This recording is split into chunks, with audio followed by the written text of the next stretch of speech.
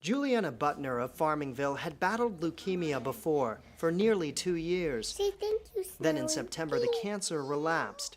Just east, in Ridge, Penny Lindenberg has been fighting the same disease.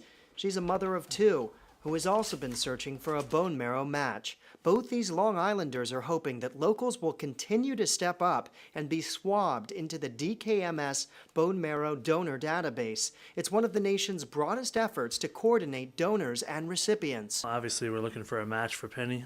A match for Juliana would be great. And just to put an end to this, hoping to have a big turnout at the drive. On Sunday, December 6th, from 10 a.m. to 2:30 p.m., both families are urging potential donors to continue to line up to help.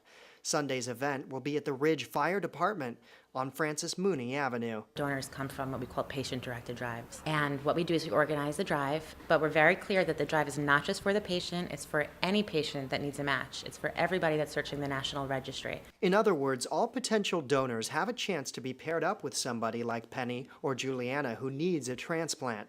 But there are a number of genetic markers that must line up. They're looking for an exact match. So, for example, identical twins are matches for each other, but just siblings are not guaranteed. A parent can never donate to a child or a child to a parent. So the more people that show up, the better the chances. Last weekend, a drive in Juliana's hometown drew over 2,500 potential donors. It almost took on a life of its own. It was everyone who heard wanted to chip in and so on and so forth. And it just kept, the ripple effect, it just kept going. We ran out of swab kits and forms at 3 o'clock. Which was midway through. Everyone had to scramble to get new supplies to keep it going because the line was still wrapped around the building and down the block. The Butners and the Lindenbergs are hoping this weekend's drive will draw a similar response. Potential donors are urged to be available should they be called upon to volunteer for the operation. It's a big roller coaster of emotions. We had first heard that there was several possible matches for Penny, and for one reason or another they didn't come through, whether the people are sick now or they chose not to go through with it.